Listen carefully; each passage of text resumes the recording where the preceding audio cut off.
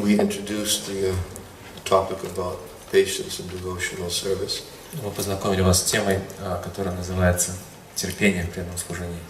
And does anybody remember the definition that we gave of patience from reading from Srila Bhaktivinoda Thakur? Кто-то помнит определение терпения, которое мы дали, основываясь на словах Бхактивинода Thakura? Терпение это обозначает быть уверенным в том, что однажды мы получим милосердие.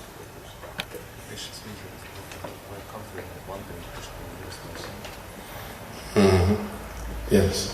And what will we do in the meantime? No? А что мы между тем делаем, пока мы уверены в том, что Он даст нам милость? Чем мы занимаемся? Yes.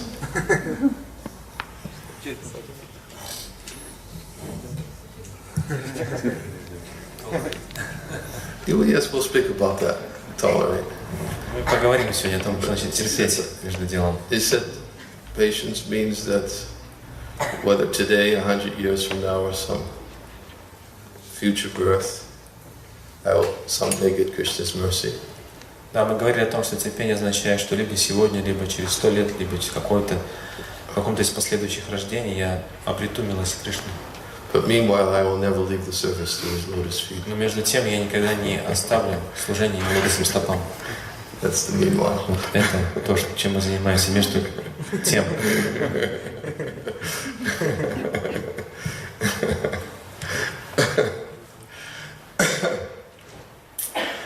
And then he concludes by saying this type of patience is required for the practitioner of devotional service. И Шрила Бхактивинода Thakura подводит черту под этим определением, говоря, что такое решение очень важно для того, кто занимается практикой преданного служения. So we already spoke a lot about dependence on Krishna and the necessity and the reason why we should have faith to continue our sadhana.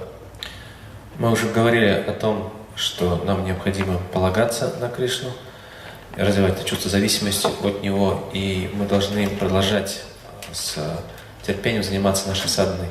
Today we're going to talk about the meanwhile category. И сегодня мы поговорим о том, чем нужно заниматься между тем, пока мы ждем милости Кришны.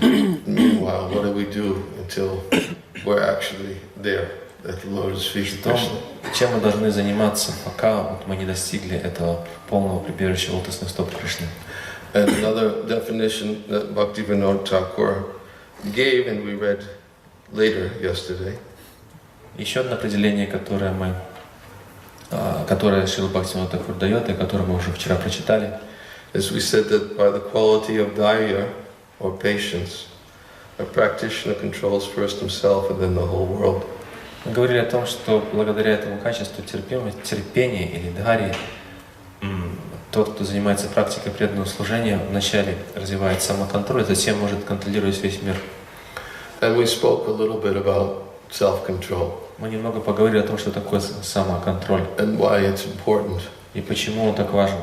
To be self-controlled. Почему так важно развивать это качество самоконтроля? Because if one can't learn first to control themselves, then the world will control them. Потому что если человек не научится контролировать себя самого и держать себя в руках, тогда на него будет влиять мир. That choice we have. У нас есть этот выбор. And the world is filled with many various types of allurements for control. И for controlling us. Controlling us. И этот мир полон различных соблазнов, которые так или иначе хотят подчинить нас своему влиянию. The illusory energy provides various types of attractive allurements to drag us away from our determination in devotional service. Иллюзорная энергия подсовывает нам различные очень привлекательные соблазны, чтобы так или иначе увести нас от практики преданного служения. And all of these are attractive traps to catch us and to deviate. И все это allow us to influence us to deviate. И все эти соблазны являются очень привлекательно украшенными ловушками, которые предназначены только для того, чтобы свести нас с пути преданного служения. I don't think I need to list all the various types of allurements that we have available. И нет нужды, похоже, мне даже перечислять все различные соблазны, которые легкодоступны нам. For those who can't control their mind and senses, we can find unlimited varieties of allurements. Тому, кто не может держать под своим контролем ум и чувства, для них предоставляется совершенно безграничный выбор различных соблазнов. Therefore, Srila Bhaktivinoda Thakur is explaining that the practitioners of Bhakti Yoga have to be patient in the execution of their work. Поэтому Шрила Бхактивинода Тхакур объясняет, что трудясь, тот, кто занимается практикой преданного служения, должен набраться терпения. And as we explained yesterday, the type of work he's speaking about is internal work. И как мы вчера объяснили, что это труд или это работа, о которой идет речь, подразумевает внутреннюю работу. And not just that which is performed with the physical body. А не ту работу, которая выполняется с помощью нашего физического тела. But beyond the body is the mind and the intelligence and the soul. Но помимо тела есть еще ум, разум и душа.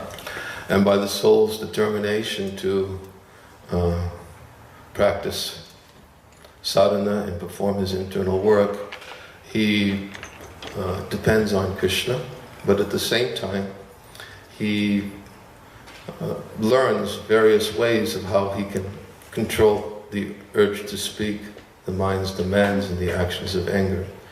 И занимаясь этой внутренней деятельностью, такой человек учится зависеть от Кришны, но при этом он учится также контролировать свои чувства, такие или побуждения, которые говорилось раньше, побуждение ума, побуждение речи, гнева. Prabhupada used to say that Krishna helps those who help themselves. Прабхупада говорит о том, что Кришна помогает тем, кто помогает самим себе. Or he would describe it as man proposes, God disposes. Или еще он говорил, передавал ту же самую идею словами, что человек предполагает, а Бог располагает. So in other words, yes, we have to depend on Krishna, but we also have to do our work too. То есть да, нужно зависеть от Кришны, но нужно также выполнять свою часть обязанностей. And then Krishna helps. И Кришна помогает в этом. But we have to show Krishna what is our determination, and he says, if you make this endeavor, I'll carry what you lack and I'll preserve what you have. Мы показываем Кришне нашу решимость, и тогда, как Он сам обещает, Он сохраняет то, что у нас есть, и дополняет, и дает нам то, чего нам не хватает. So depending on Krishna doesn't mean that, okay, I don't have to do anything, I'm just going to depend on Krishna. Зависимость от Кришны не означает, что мы теперь можем сидеть, сложа руки, и просто зависеть от Него. And Krishna, maybe one day, today, 100 years, or maybe some life, he'll give me his mercy. Кришна же, мы же слышали, что Кришна даст либо сегодня, либо через 100 лет, либо через несколько жизней даст нам свою милость. If we think like that, then we may have to be prepared to wait a few lives. Если мы так думаем, тогда нам нужно, похоже, настраиваться на ожидания в течение нескольких жизней. Or maybe even 10 million. А может быть, даже 10 миллионов жизней нужно будет ждать. Because at some point we have to make our own determination. Потому что в какой-то момент времени нам нужно набраться собственной решимости. That I need Krishna's help to do what I'm trying to do for him. Что я нуждаюсь в милости, вернее, в помощи Кришны, в том, что я делаю для Него. That I know I can't do alone. И я знаю, что это делать не могу самостоятельно. But I'm going to make some effort. Но я приложу усилия со своей стороны. Prabhupada tells a story in the Bhagavad-Gitу about the sparrow who wanted to get her eggs back from the ocean. Шрила Прабхупада рассказывает историю про воробьиху, которая набралась решимости, чтобы спасти яйца, которые похитил океан. And the ocean took the eggs, and the sparrow was saying that I'm going to dry up the ocean to get my eggs back. And then with her beak, she started emptying out the ocean. Воробьиха отложила яйца, но их похитил океан, смыл их, и она сказала, что я высушу или осушу океан, чтобы добраться до своих яиц. И она стала своим маленьким клювом вычерпывать океан. So sparrow was making determination, not okay, I'm going to wait and see if Kурирует happens to be in the area. И она на самом деле решительно была настроена, она не сидела и не ждала. Ну, вот сейчас, наверное, Гаруда как-нибудь пролетать будет, я у него попрошу помощи. Sparrow made the effort, and then Kурирует appeared and said, okay, if you don't return the eggs, I'll take over. And и она набралась решимости и стала пытаться вычерпать океан сама. И тогда прилетел Гаруда и сказал, пригрозил океану, сказав, что если ты не отдашь яйца, тогда я займусь тем же самым, что и она. so depending on Krishna means that we have to also make the effort if we want to get Krishna's help. Зависимость от Кришны означает, что мы должны со своей стороны приложить усилия, если мы рассчитываем получить милость Кришны. And when Krishna sees that we're making our effort in our execution of our internal work, then he helps from within. И если Кришна видит, что мы прилагаем собственные усилия в выполнении предписанных обязанностей в преданном служении, тогда Он помогает нам изнутри. And then when one feels that help from within, then one gradually perceives how even everything out there, externally, begins to fall into the place to help us to make progress in spiritual life. И когда человек чувствует эту помощь изнутри, тогда он видит, как все вокруг также снаружи также сходится, и все становится очень благоприятным для прогресса в преданном служении. Because our tendency is to see things externally. I have to adjust the world. Наша склонность заключается в том, что мы пытаемся как-то переделать мир вокруг нас, привести его в соответствие с ожидаемым. Bhaktivinoda says, no, we have to be able to, the other way, first control themselves, then control the world. Шрила Бхактивинода такой говорит, что порядок должен быть иным. Мы должны вначале научиться самоконтролю, а уж потом пытаться переделывать мир. It's the other way around. We think, oh, it's the world that's creating problems, so let me control the world. То есть нужно заниматься этим прямо противоположным порядке. И мы думаем, что нужно заняться миром, потому что мир нам чинит препятствия. This thing is bothering me. Let me get it out of the way. Вот это мне мешает. Так, пум, разделаем с этим. This person is bothering me. Let me get them out of the way. А этот просто мне досаждает постоянно. Раз и избавились от него. And we think, okay, control the world, and then I'll be peaceful. И вот мы так думаем, что нужно вначале привести мир в соответствие с ожидаемым, и тогда я смогу быть умиротворенным. It doesn't work that way. Но так не работает. Actually, when one learns to control themselves, then the world falls into place according to our desire. Вначале нужно научиться самоконтролю, тогда весь мир приведет в соответствие с нашими внутренними желаниями. Man proposes, God disposes. Человек предполагает, а Бог располагает. And Krishna's in charge of everything. А Кришна отвечает за все. When you propose, Krishna can adjust things just for you. Если вы предлагаете Богу какие-то планы, Святой Кришна может привести все, то есть реальное соответствие с вашим планом просто для вас. That's how to become powerful. Вот так можно обрести настоящее могущество. Not by wielding physical strength and controlling the world, one becomes powerful. Не с помощью своей силы воли или физической силы мы обретаем могущество, которое позволяет нам контролировать мир. Нет, не так. One becomes powerful by controlling themselves internally, and then the Lord, who is the supreme powerful, adjusts to help his devotee. Мы обретаем могущество, когда учимся самоконтролю, тогда Господь, который на самом деле всемогущий, приводит все в соответствие. And that's how the devotee actually comes under the protection of Krishna's Daivim Prakriti, his internal potency. Именно таким образом преданный принимает прибежище у Дайвы Пракрити или внутренней энергии Кришны. So, therefore,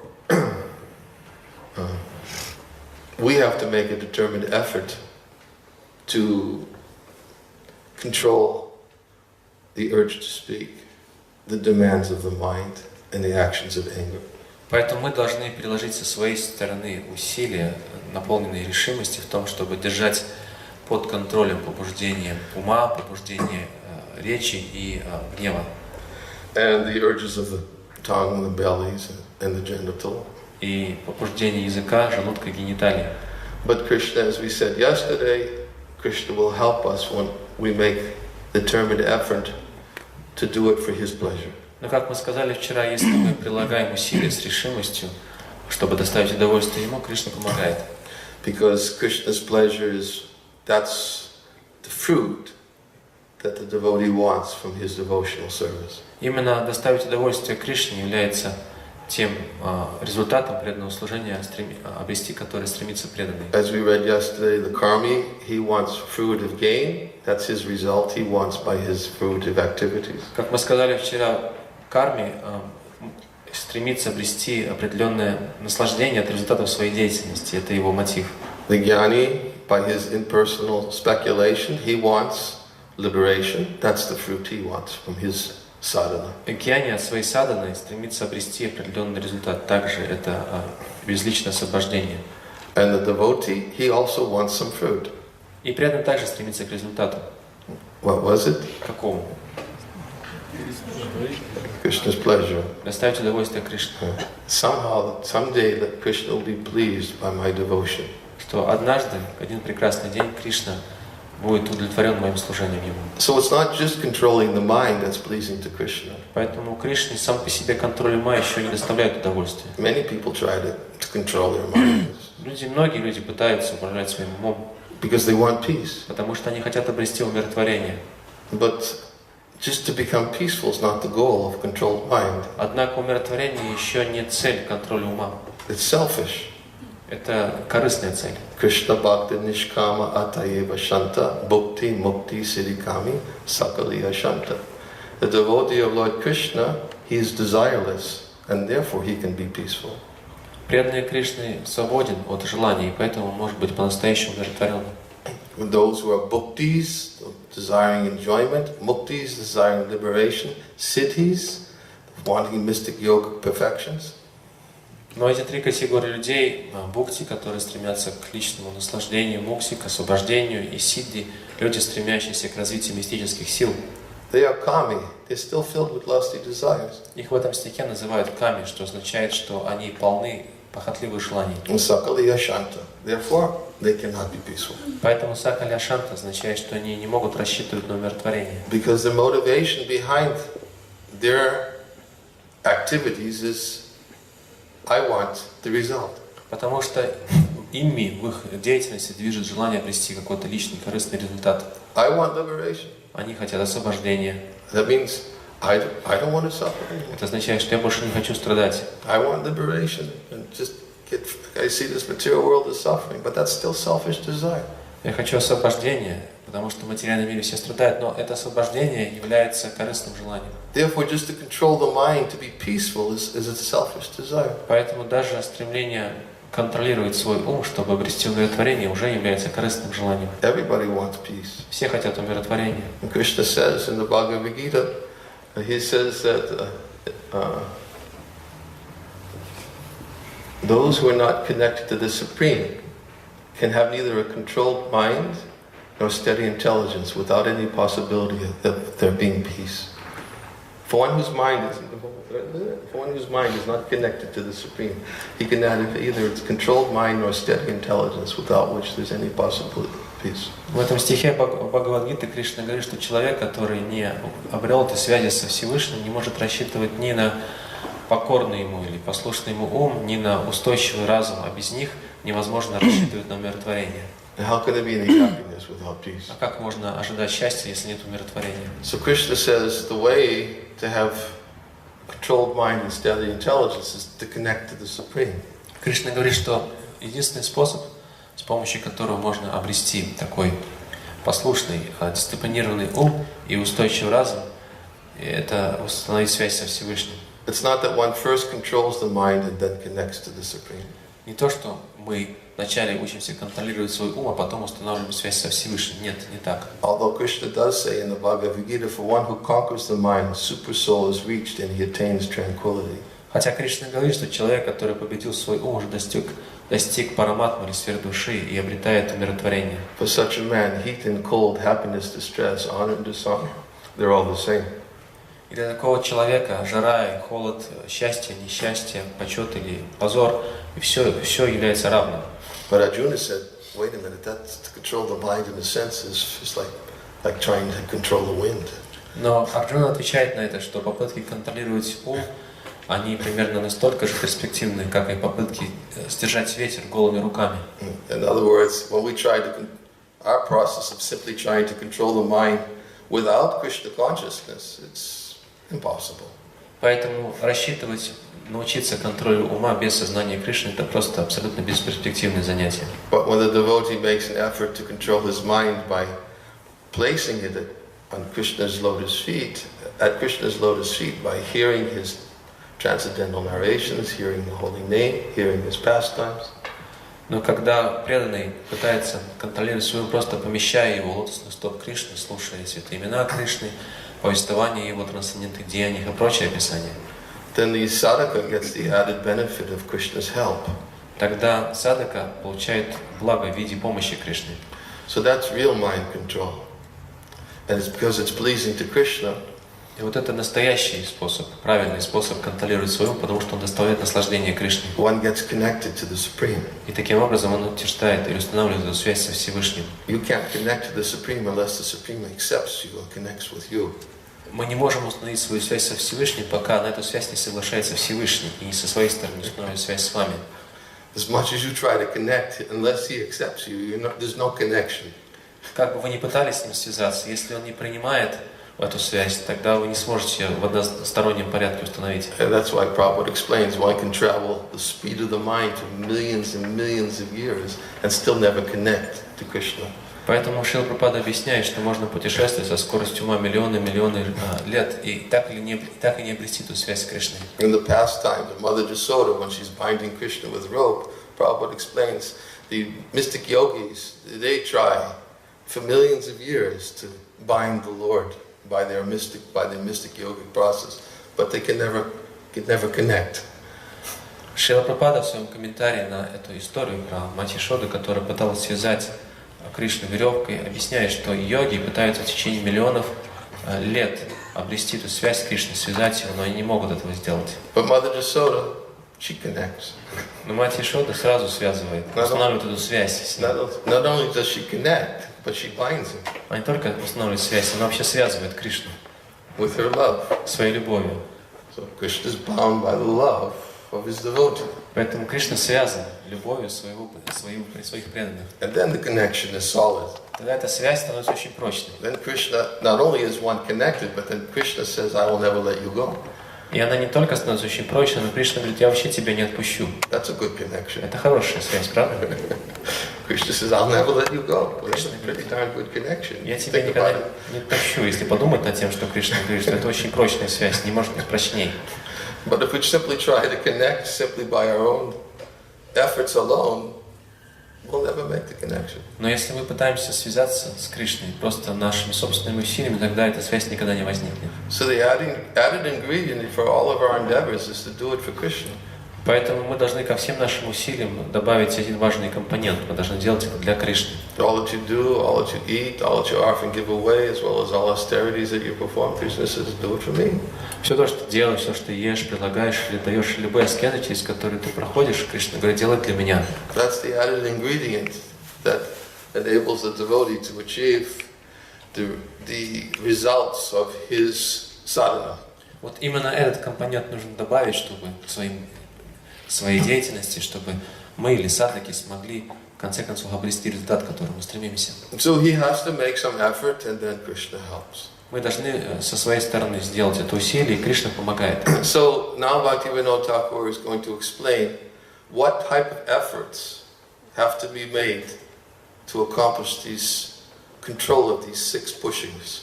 И теперь Шрила Бхактивинода Тхакур объясняет, какие конкретные усилия с нашей стороны нужно приложить, чтобы научиться сдерживать эти 6 видов побуждений. And first is the urge to speak. И первое побуждение, о котором он говорит, это желание говорить. This is a pushing. Это определенное побуждение у нас. Everybody has an urge to speak. У каждого есть желание говорить. Why? Почему? Because it's natural. Потому что это естественно. It's a natural urge to want to just talk. Это естественное побуждение, просто говорить без умолку. It's also a natural urge to want to talk about somebody. И более того, это желание говорить также естественным образом направлено на кого-то. Мы хотим о ком-то говорить. Because usually somebody makes good subject matter for talking. Потому что обычно другие люди являются очень хорошим предметом для разговора. Now, the perfect somebody to talk about is Krishna. Однако вот этот кто-то, о ком лучше всего говорить и что делает нашу речь совершенно, это Кришна. Because the more we talk about him, the more the mind becomes controlled. Потому что чем больше мы говорим о Кришне, тем больше мы можем контролировать свой ум. Shri Krishna namadi nabhavedrayam indrayai sivamukhehi jivaido svayam eva spurachata. Prabhupada would oftentimes quote this verse by Rupa Goswami. Krishna cannot be understood by the blunt material senses. Шрила Прабхупада очень часто цитировал этот стих, написанный Рупой Госвами, в котором говорится, цитируемый Рупой Госвами, в котором говорится, что Кришну невозможно понять с помощью грубых материальных чувств. He can only be understood with spiritual senses. Понять его можно только с помощью духовных чувств, Which have become purified, beginning with the tongue. Sevumulkehi jivado, the tongue. Который можно очистить, и очищение этих чувств нужно начинать с языка, с ивонмукехи джихвадао. So the tongue has the business of speaking and eating. У языка есть две функции: говорить и есть. But now we're speaking about the business of speaking. Сейчас мы говорим о первой этой функции, роли языка речи. The tongue has the urge to speak about somebody, which is a natural urge. У языка есть естественное побуждение говорить о ком-то. But when we have no traction to speak about the transcendental somebody, who is our natural urge, then we'll always find many other somebodies to talk about. Если мы не говорим о ком-то конкретно, духовном, говорить о котором очень естественно для языка, мы начинаем находить много других кого-то, о которых мы говорим. So Bhaktivinoda Thakur is now going to talk about how we can make our efforts to control the urge to speak. Теперь Шрила Бхактивинода Тхакур будет говорить о том, что нужно, чтобы сдерживать или правильно контролировать это естественное побуждение говорить. Now, it would be nice if we just spoke about Krishna. Было бы здорово просто говорить о Кришне.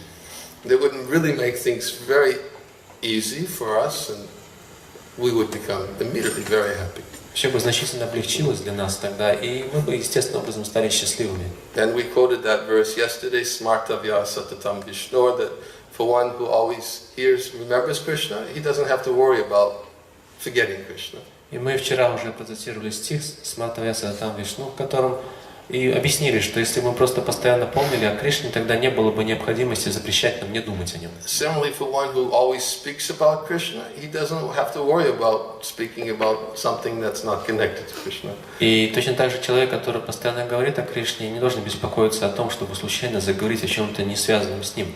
So the perfect solution is to always speak about Krishna. Поэтому совершенным решением проблемы является просто говорить о Кришне и ни о ком другом. But somehow it doesn't happen. Но так иначе это не получается. It doesn't happen. We find ourselves speaking about others. И так иначе получается так, что мы все время о ком-то говорим, не о Кришне. And Srila Bhaktivinoda Thakur begins here by saying there are 6 types of urges. Шрила Бхактивинода Тхакур начинает это описание, говоря, что есть 6 видов побуждений. The first is if speech is not regulated, then enmity arises from talking about others. Если мы не держим под контролем свое побуждение говорить и обсуждать кого-то, тогда естественным образом возникает из обсуждения других людей возникает вражда. To speak uselessly is the business of a fool.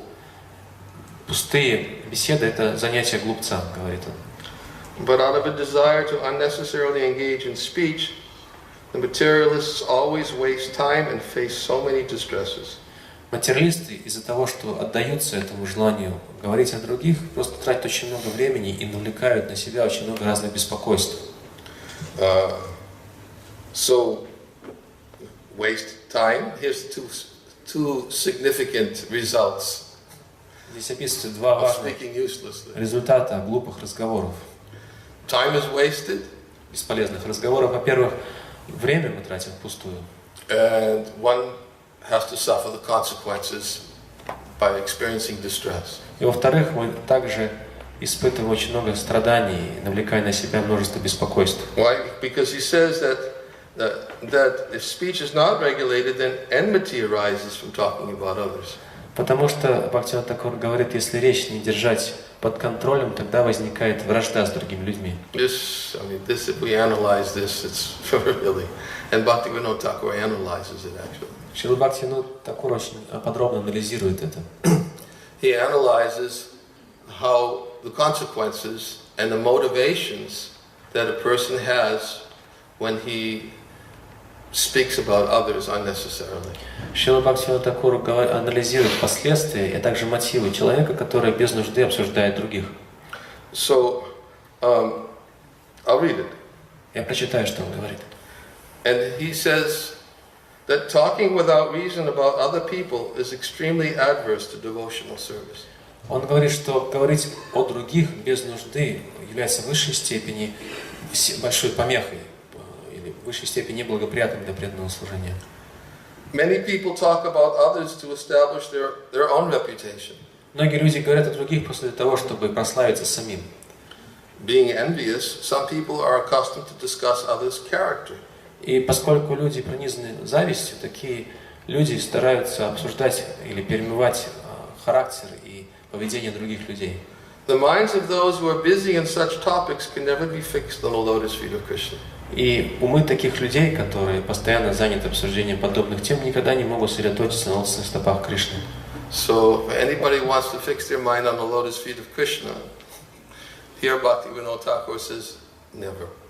You'll never get it. You'll never reach there. If they talk about other That was my next statement. You finished it for me.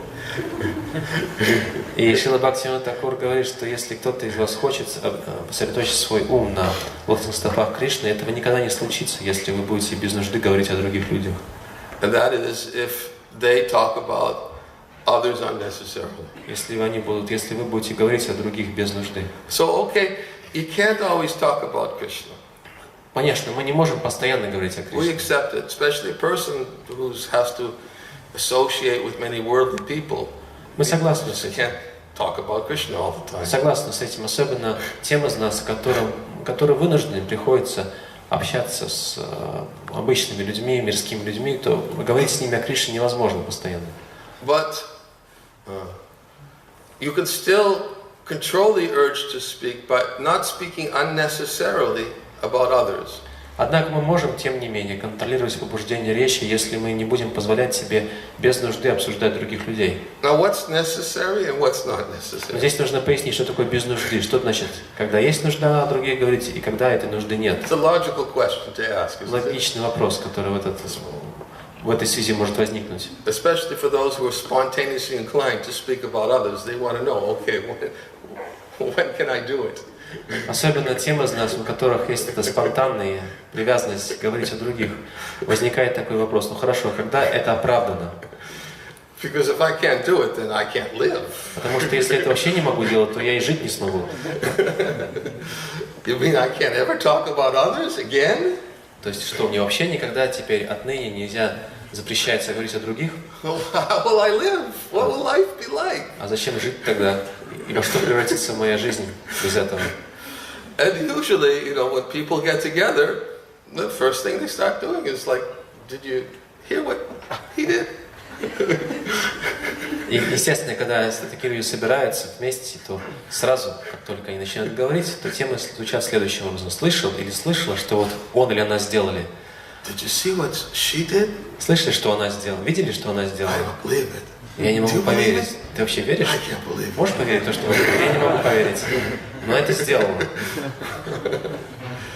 And then it becomes like, it's like, it's a good subject matter. Let's keep going. Let's take this a little farther. Это очень увлекательная тема для обсуждения, и сразу возникает у всех интерес и желание продолжить это обсуждение дальше. Did you hear what she did? А ты слышал, что она сделала? And before you know it, because there's some taste. В этом есть определенный вкус. We try to find some taste. Мы пытаемся найти вкус. Of course, Prahlad Maharaj calls it chewing the chewed. Конечно, Пралада Махарадж называет это жеванием пережеванного. There's really no taste, but we think, oh yes, this people are attracted, they want to hear, and I'm becoming popular too by telling everybody about him and her. Но людям нравится пытаться извлекать вкус из этого, и более того, я становлюсь очень популярным собеседником, потому что когда я пересказываю другим о том, что он или она сделали, I can become very popular. All I have to do is talk about public enemy number one. и я могу стать очень популярным в глазах других, если буду говорить только о враге народа номер один.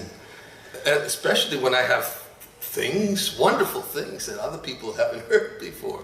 Более того, если у меня есть очень много таких вещей, удивительных вещей, которые никто никогда не слышал до меня. It's good for my reputation. Это очень благоприятно для моей репутации. Like my reputation becomes more and more recognized И мою репутацию все признают и начинают because of my subject matter.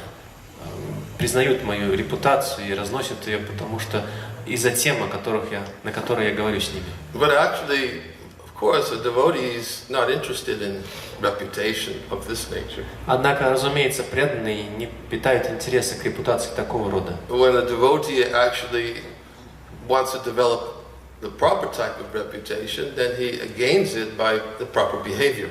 Потому что преданный знает, что правильную репутацию можно заслужить только правильным поведением. Just like Madhavendra Puri, when Krishna stole sweet rice for him, he left the village because he didn't want people to talk about it.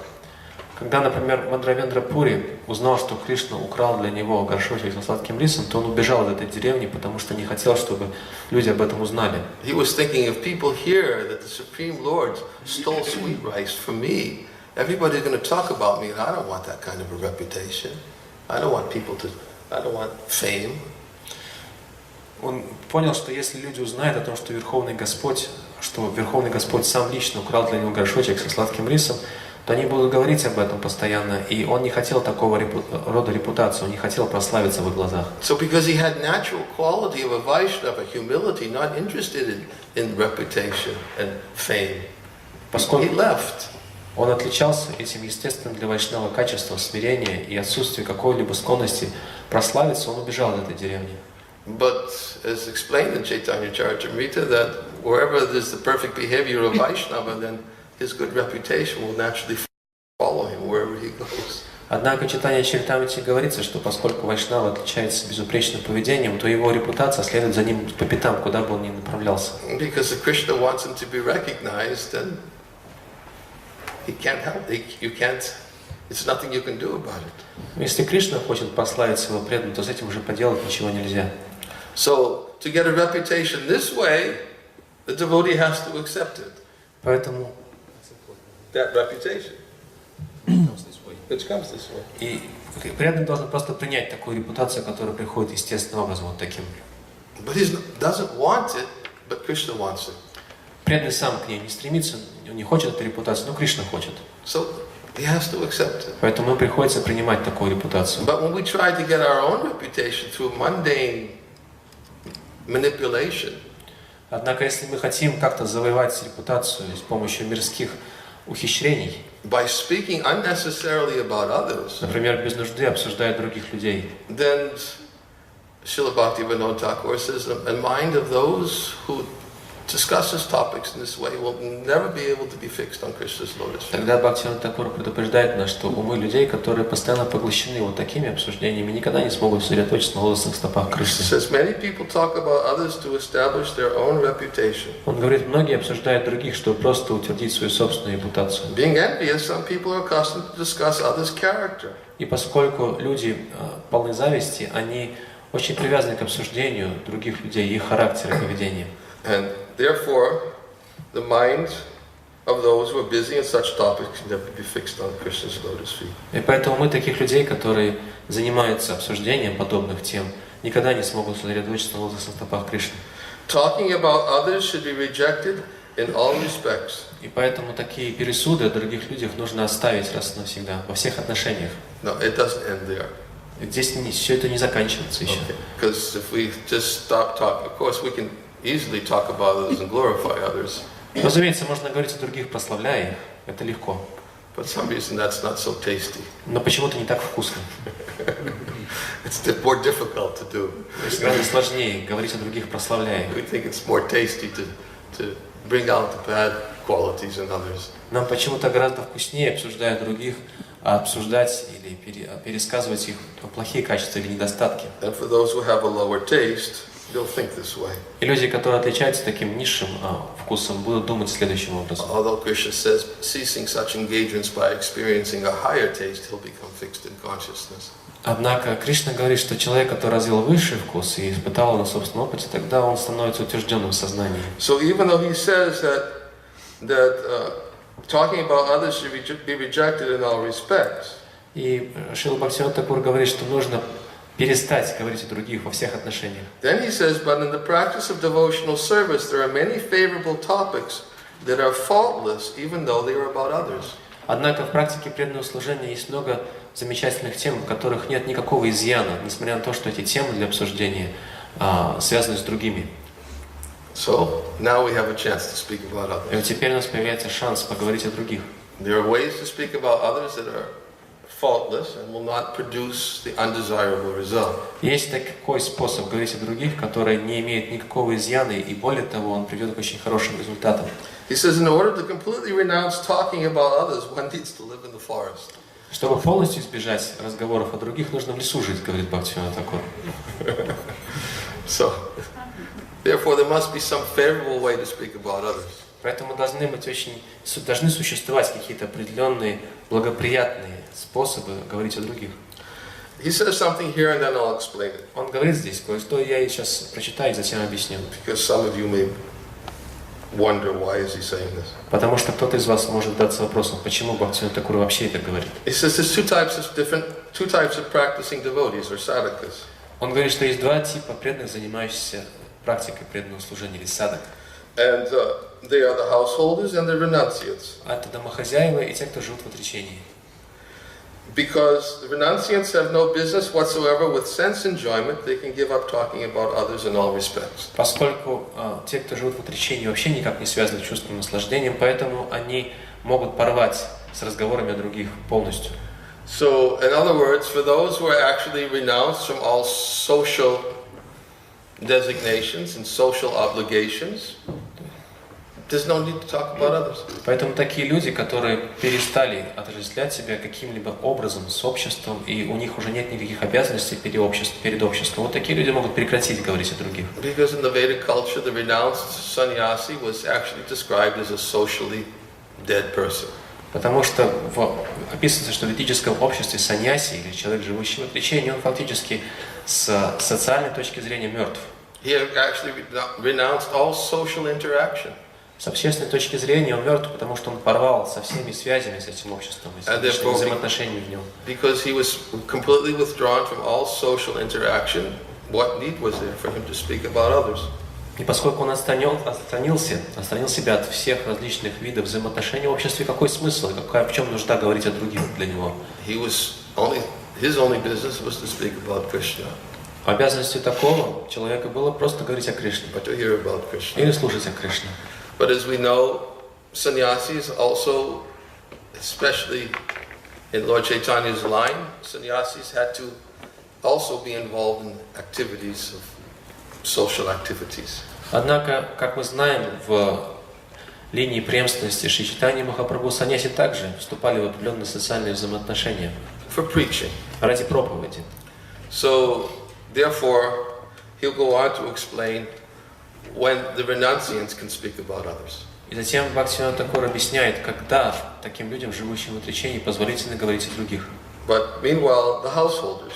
Но вначале он говорит о семейных людях. Because a householder is engaged in earning, saving, protecting and maintaining the family, he cannot completely give up talking about others. Поскольку домохозяин занят этими видами деятельности, он зарабатывает деньги, он сохраняет или копит что-то, он заботится о семье и поддерживает и защищает, поэтому ему необходимо говорить о других.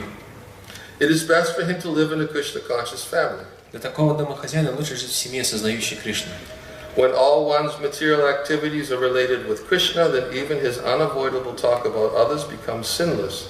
Даже когда все материальные обязанности такого человека связаны с Кришной, тогда даже разговоры о других становятся безгрешными. And a part of devotional practice in relation to Krishna. И это становится частью его преданного служения, поскольку обретают связь с Кришной. So the householder obviously has to speak about others. Разумеется, домохозяину приходится говорить о других. To speak about his family. Например, ему приходится говорить о своей семье. And also he has to speak about interactions with other families. Ему приходится также говорить о взаимоотношениях с другими семьями. So when he explains that when all discussion about family members are done for the purpose of elevating the family in Krishna consciousness, then these discussions about others are sinless. И Бхактивиданта Такур объясняет, что когда обсуждение членов семьи предназначено для того, чтобы помочь им прогрессировать в движении, в сознании, в развитии сознания Кришны, тогда такого рода разговоры становятся безгрешными. Why? Because the householder maintains his family, maintains himself, maintains his family, so that they can actually utilize the time for becoming Krishna conscious. Почему? Потому что домохозяин поддерживает себя и поддерживает свою семью для того, чтобы у них появилось время развивать в себе сознание Кришны. So although sometimes he may have to speak about the son, he may speak about the daughter, may have to speak about the wife. Поэтому ему иногда приходится говорить о сыне, о дочери или о жене. He has to do these things Ему приходится заниматься этим, so that the family can be properly centered in Krishna consciousness. чтобы семья жила сознанием Кришны в центре. So therefore he says, speaking about others within the family is sinless. Поэтому Бхактивиданта Такур говорит, разговоры такого рода о членах своей семьи являются безгрешными. But he should not talk about others in a way that is detrimental to anyone. Однако такой человек не должен никогда говорить о других так, что это будет причинять им вред. He should talk about others only whatever little is necessary in his Krishna conscious family. Он должен говорить о других только ровно настолько, насколько это необходимо для его семьи, живущей в сознании Кришны. He should not talk about others without reason. И нельзя говорить о других без нужды. So there has to be a good reason for it. Должно быть основание для разговора. The reason is not for increasing one's reputation, increasing one's power. The reason is for the benefit of the person who's being talked about. И основание для разговоров о других не может быть для того, чтобы то есть желание увеличить свою репутацию или обрести влияние или могущество.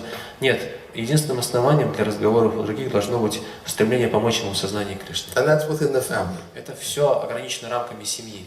Now we'll talk about the greater family, society. А теперь мы можем перейти к обсуждению более расширенной семьи или общества, в котором мы живем. Потому что Бхактивиданта Такур говорит и об этом также. He says, moreover, when a guru enlightens his disciple on some topic, более того, говорит Бхактивиданта Такур, когда гуру дает наставление своему ученику, чтобы просветить его в какой-то теме, then unless he occasionally talks about others, his instructions may not be clear. И он может иногда иллюстрировать свои наставления, которые остаются неясными, говоря о других и приводя других в пример. When previous Mahajans have talked about others in this way, there is merit in such talk and not fault. И когда махаджаны прошлого поступали таким образом, приводя в пример кого-то, тогда они не занимались чем-то неблагоприятным, и в такого рода обсуждении других нет никакого изъяна. So in other words, when a guru is enlightening his disciple, sometimes he has to point to bad example. Например, когда гуру дает наставление своему ученику и просвещает его, ему иногда необходимо указать на какой-то дурной пример. He may have to say something about others so that the message is clear. Don't become like that. Он может кого-то показать в качестве примера и сказать, вот таким не становись, и тогда становится ясно. Otherwise it's not clear. В противном случае не ясно. So therefore, sometimes he may have to speak about others in a general way. Поэтому иногда гуру приходится говорить о других людях в общем. And Bhaktivinoda Thakur gives an example. Бхактивиданта Такур приводит пример. He quotes Shukadeva Goswami, он приводит в качестве примера Шукадеву Госвами, who states in the Srimad Bhagavatam, который утверждает в Шримад Бхагаватам, Nidraya hiyate naktam vyavayena javavaya. I won't read the whole verse. The lifetime of such an envious householder is passed at night, either in sleeping or in sex indulgence. Он говорит, что в этом стихе Шукадева Госвами говорит, что ночи такие завистливые домохозяева проводят свои ночи либо во сне, либо в занятиях сексом. And in the daytime, either in making money or maintaining family members. А дни они проводят, либо зарабатывая на жизнь, либо занимаясь заботой о поддержании своей семьи. Persons devoid of Atma Tattva do not inquire into the problems of life. Люди, которые лишены атма-таттвы, не задаются вопросами цели человеческой жизни. Being too attached to fallible soldiers like the body, children, and wife. Будучи слишком привязаны к таким ненадежным солдатам, как дети, жена и тело.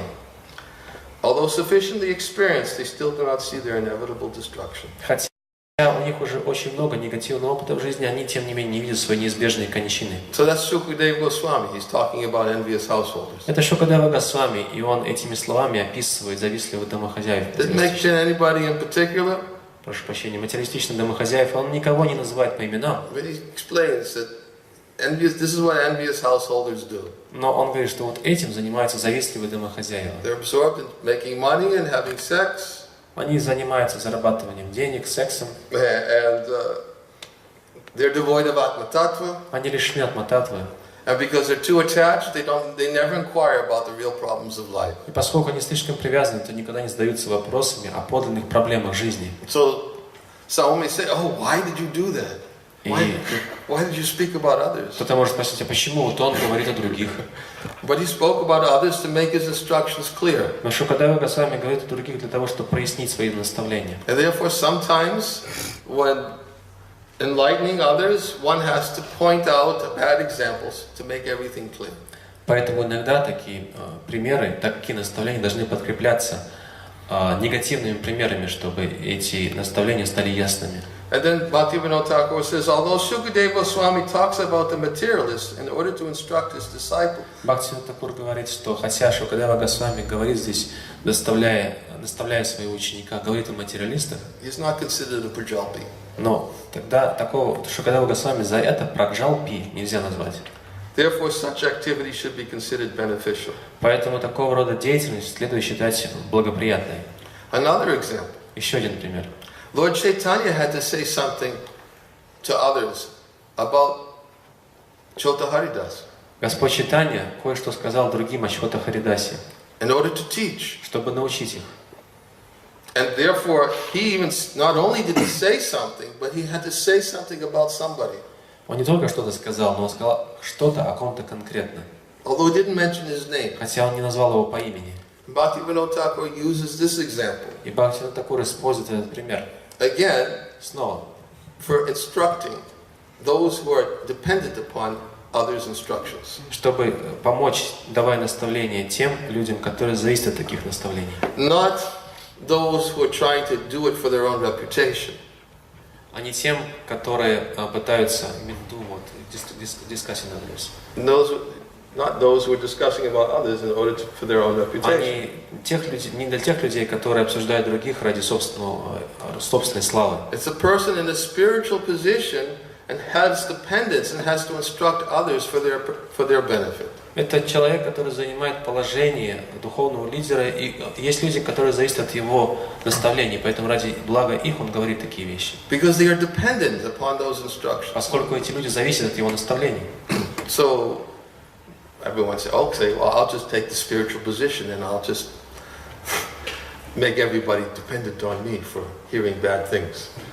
И кто-то может подумать, хорошо, я тогда стану духовным лидером таким, и буду давать наставления другим людям, говоря очень плохие вещи о других, потому что они зависят от моих наставлений, пусть слушают. But that's not the basis for making others dependent upon me. Но это желание говорить о других, какие-то плохие вещи, не является основой для того, чтобы мы попытались сделать людей зависимыми от нас. The point is, others should already be dependent upon me because all they hear from me is Krishna Katha. Нет, эти люди развивают зависимость от нас, от наших наставлений, потому что мы просто говорим о Кришне Катхе. Эта зависимость приходит первой. And that's why they're dependent on me. Поэтому они зависят от меня. And therefore, because they're dependent upon me, I may have to give some instruction for their protection. Поскольку они уже зависят от меня, от моих наставлений, то я должен дать им такие наставления, которые бы смогли защитить их. Not that I'll make others dependent on me to be the source of all prajalpa. А не то, что они будут зависеть от меня, потому что я источник праджалпы. If you want to know anything bad about anybody, depend on me. I'll give it to you. Ты можешь положиться на меня, если захочешь узнать что-то плохое о ком-то, приходи, я тебе все расскажу. I'll be a great source. Я прекрасный источник такого рода сведений. So that's not how we should make others dependent upon us. Нет, вот так делать других зависимыми от нас не нужно. We should already be in a position of authority by others being dependent on us because of what we have to say about Krishna.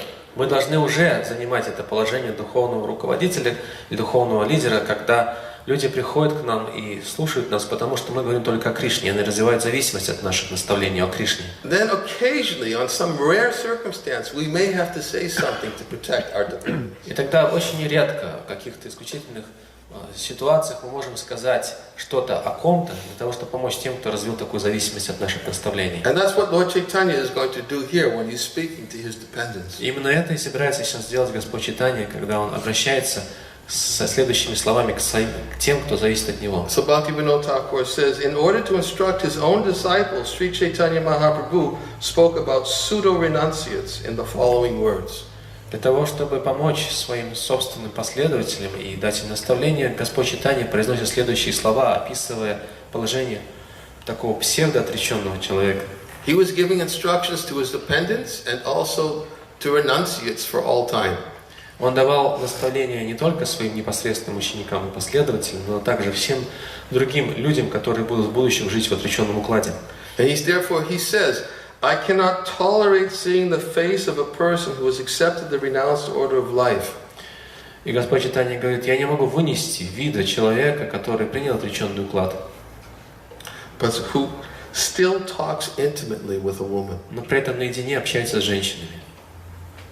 He says, I can't even tolerate seeing their face. Я не могу вынести даже его вида, говорит Господь Чайтанья Махапрабху. He says, there are many persons with little in their possession who accept the renounced order of life like monkeys. Есть люди, у которых нет ничего за душой, они живут как отреченные люди и как обезьяны. They go here and there, engaging in sense gratification. Они скачут туда и сюда и занимаются чувственным наслаждением. And speak intimately with women. И при этом наедине общаются с женщинами. Sri Chaitanya Mahaprabhu said, my mind is not under my control. Шри Чайтанья Махапрабху говорит, но я ничего не могу поделать со своим умом. It does not like to see anyone in the renounced order who talks intimately with women. Мой ум просто не выносит вида кого-либо, кто как бы живет в отреченном укладе жизни, но при этом наедине общается с женщинами. Very strong point he had to make. Это очень сильное утверждение Шри Чайтаньи Махапрабху. He had to speak about others. He didn't mention the name. Ему пришлось говорить о других, при этом он никого не назвал по имени. But he had to establish an instruction that was clear and indelible in the minds of his renunciate followers. Однако ему нужно было сказать своим последователям, а также всем тем людям, которые в будущем будут жить как отреченные, и он должен был сказать им то наставление, которое будет неизгладимо запечатлено в их умах. He even said, my mind is not under my control. Он говорит, что мой ум просто не подчиняется мне. Doesn't like to see anyone in the renounced order who talks intimately with a woman. Я не могу поделать ничего, просто не желает видеть человека, как бы живущего в отречении, но при этом разговаривающего наедине с женщиной. Here's another example. Еще один пример. What we just gave is another example. То, что мы сейчас привели, это был тот самый And then he другой says, пример. unless one speaks in this way while instructing and while concluding a subject, there is no benefit for oneself or others. Если человек, Yeah. если человек ведет, кроме этих случаев, когда человек дает наставление и подкрепляет такими примерами свои наставления, говоря о других, чтобы сделать их более ясными, никакого проку в разговорах о других нет. Therefore, when the previous acharyas have personally set example and taught others, how will we be benefited by acting contrary to their instruction? I'm sorry. I won't even read this. So, there's another reason for speaking about others. Поэтому есть еще одно основание или повод говорить о других. And then I'll conclude this topic, and this is as far as we'll get about the urge to speak.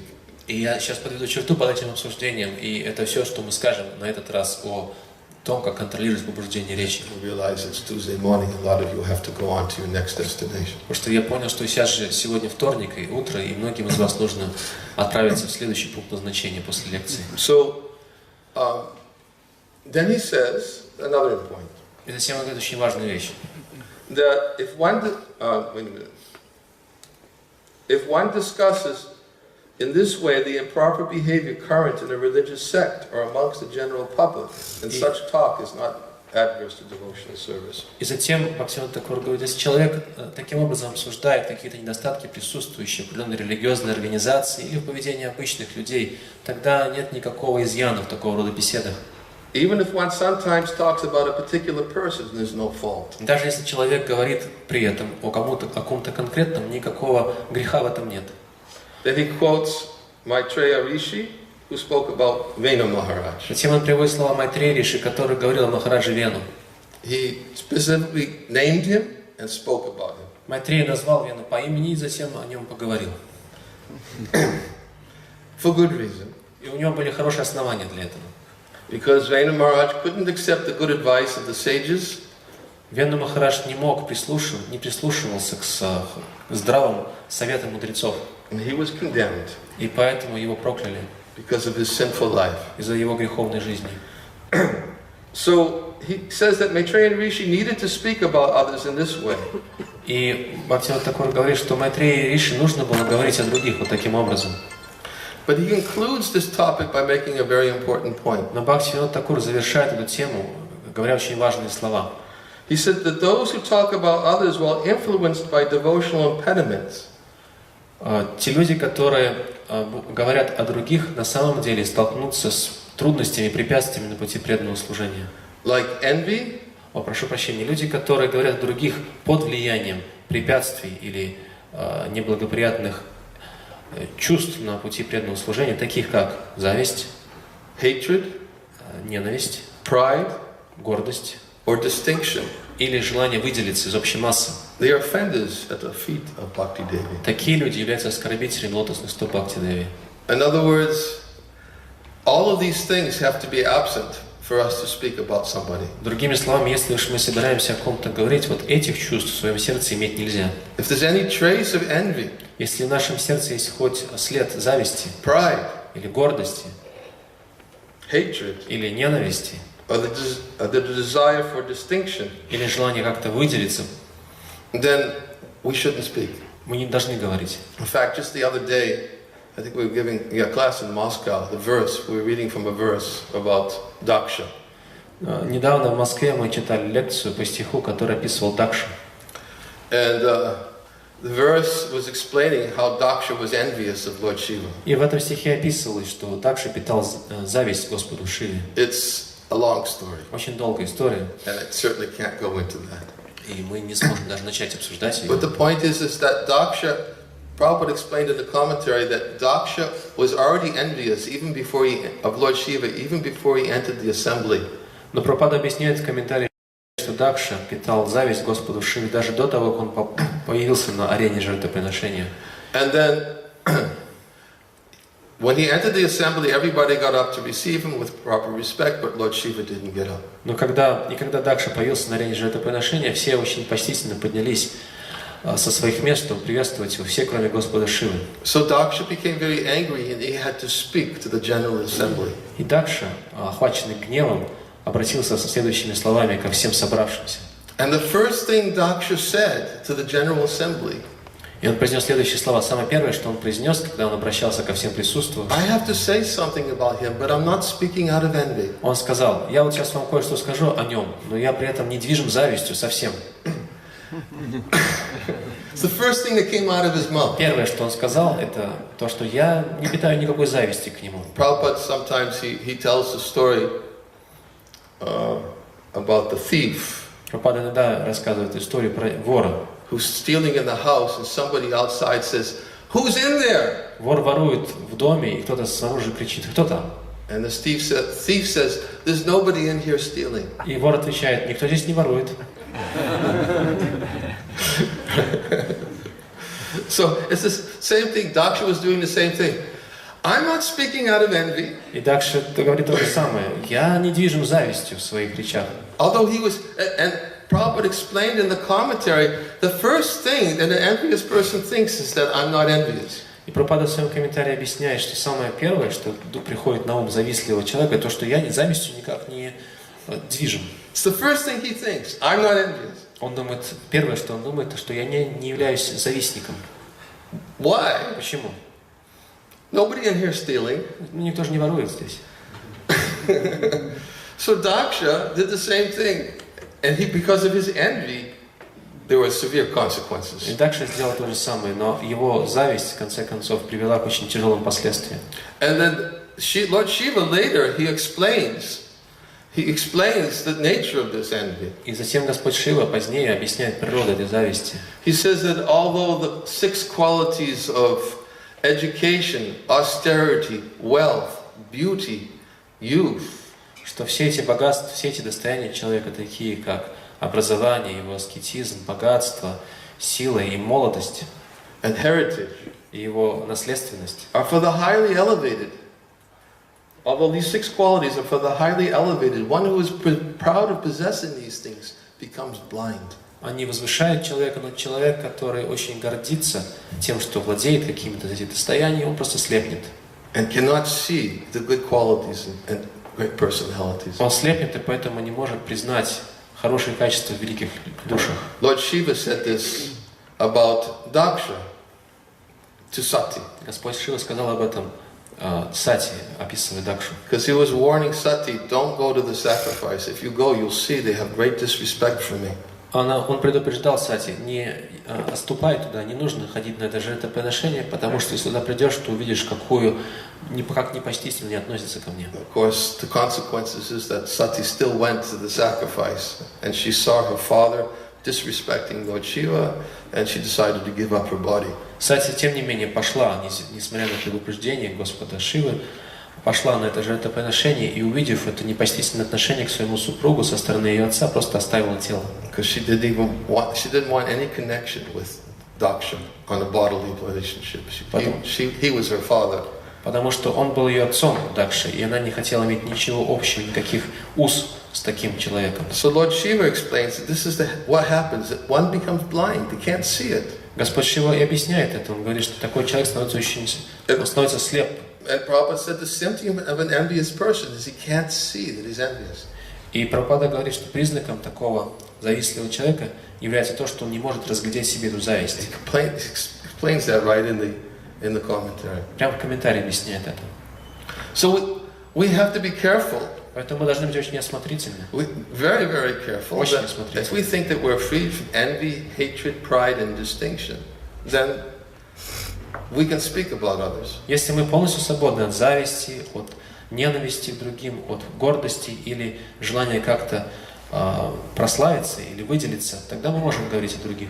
In a way that will be beneficial for others, and it will not be unnecessary. Мы можем говорить о других так, что это будет доставлять им, приносить им благо и не будет пустопорожними разговорами. Otherwise, we should never speak unnecessarily about others. Во всех других случаях мы не должны без нужды говорить о других. And it's another very important principle here. Это очень важный принцип. And I'll end on this principle. Есть еще один очень важный принцип, и я завершу это обсуждение. Doesn't require a lot of elaboration. Описав этот важный принцип, который в каком-то длинном объяснении не нуждается. These principles that we talked about, controlling the urge to speak about others, are Vaishnava principles. Эти принципы, о которых мы говорили, принципы, что нужно сдерживать побуждение речи и соблазн поговорить о других, это принципы поведения вайшнавов. And Vaishnava culture is freed from envy. И культура вайшнава полностью свободна от зависти. The whole Srimad Bhagavatam is delivered for those who are nimatsaranam satam, for those who are freed from envy. Весь Бхагаватам рассказан для людей, которых в этом стихе называют нирмат-саранам сатам, для людей совершенно свободных от зависти. Because they were all topics about Krishna. Потому что все это темы, связанные с Кришной. And those who are freed from envy will relish such topics. И люди, которые свободны от зависти, будут испытывать подлинное наслаждение от таких тем. And therefore, Vaishnava culture is a culture which encourages this effort to become freed from envy. Поэтому культура вайшнавов – это культура, которая побуждает нас, вдохновляет нас в наших усилиях избавляться от зависти. And when these Vaishnava principles are practiced, then one can actually begin to experience loving exchanges. И когда мы следуем этим принципам вайшнавов, тогда мы можем начать испытывать отношения, которые по-настоящему основаны на любви. Because what are loving exchanges according to Rupa Goswami? Что такое отношения, основанные на любви, согласно Рупе Госвами? Dadati patagrinati guyama khyati prachati. To inquire confidentially, to reveal one's mind in confidence. Задавать какие-то сокровенные вопросы и, наоборот, открывать свой ум с доверительностью к человеку. These are exchanges of love between one devotee and another. Вот это обмен любовью между людьми. Confidentially means when you say something confidentially to somebody, it's not that somebody's going to turn around and say, "Do you know what he told me?" И доверительность означает, что если мы кому-то поверяем свой ум и рассказываем что-то с доверием, то мы уверены, что такой человек не повернется сразу же после беседы к другому и скажет: знаешь, что он мне сейчас только что сказал? Do you know what she told me? Знаешь, что она мне сейчас только что рассказала? How can there be confidentiality if nobody understands the principles of when to necessarily speak or unnecessarily speak about others? Как можно вообще рассчитывать на какую-то конфиденциальность и доверительность в наших отношениях, если люди не проводят различия между тем, что стоит говорить и что говорить не стоит о других? And if nobody knows how to control the urge to speak, the result is that nobody wants to have a confidential relationship with Если anybody. люди не учатся сдерживать свои побуждения речи, тогда результатом будет то, что вообще никто друг другу доверять не будет, никаких доверительных, близких отношений вообще в принципе не может быть. Which is the whole basis of loving exchange between А именно Vaishnavas. такие доверительные отношения являются основой для любовного взаимообмена между преданными. It's the whole basis. Devotees want to experience loving exchanges with each other. Преданные хотят испытывать такие любовные отношения друг с другом. Это основа их. And part of that loving exchange is to reveal my mind in confidence. И частью этих взаимоотношений, любовных взаимоотношений, является возможность кому-то рассказать что-то доверительное. And to inquire confidentially. И задавать какие-то очень сокровенные доверительные But вопросы. what happens is that if I reveal my mind in confidence, I'm afraid that the next day I might see everything on the internet. Но сейчас что происходит, если я кому-то решусь рассказать что-то доверительное, то я рискую, что на следующий день все это будет в интернете вывешено. Just go to Facebook. Просто на Фейсбуке. I reveal my mind in confidence, and there it is on Facebook the next day. Кому-то что-то по секрету рассказал, а потом на следующий день это все вывешено на страничке в Фейсбуке. Nobody wants to talk to anybody. И поэтому никто вообще ни с кем, ни о чем не хочет говорить. And Bhaktivinoda says, if one cannot control this urge to speak about others, then enmity is created by speaking about others. И Бхактивинода Такур говорит, что если такой человек отдается ненужным разговорам о других, тогда эти разговоры о других просто порождают вражду. Instead of a loving Vaishnava exchange in a culture of non-enviousness. Вместо того, чтобы развивать эту атмосферу любовного взаимоотношения между преданными и доверительной, If we're not careful, we'll breed mistrust. атмосферу доверия, если мы не осмотрительны, тогда нашими поступками будем создавать атмосферу недоверия. And we'll be devoid of loving exchanges. И мы сами лишим себя этих любовных взаимоотношений с преданными. Therefore, it's very important to learn this principle of controlling the urge to speak. Очень важно научиться этому принципу, сдерживать побуждение речи. This is the effort we have to make. И мы должны приложить усилия со своей стороны к этому. This is what we do in the meantime. И вот этим мы занимаемся между тем. Until we actually can speak only about Krishna, in the meantime, we should control the urge to speak. Пока мы не сможем говорить только о Кришне, не научимся этому, между тем мы должны учиться сдерживать побуждение речи.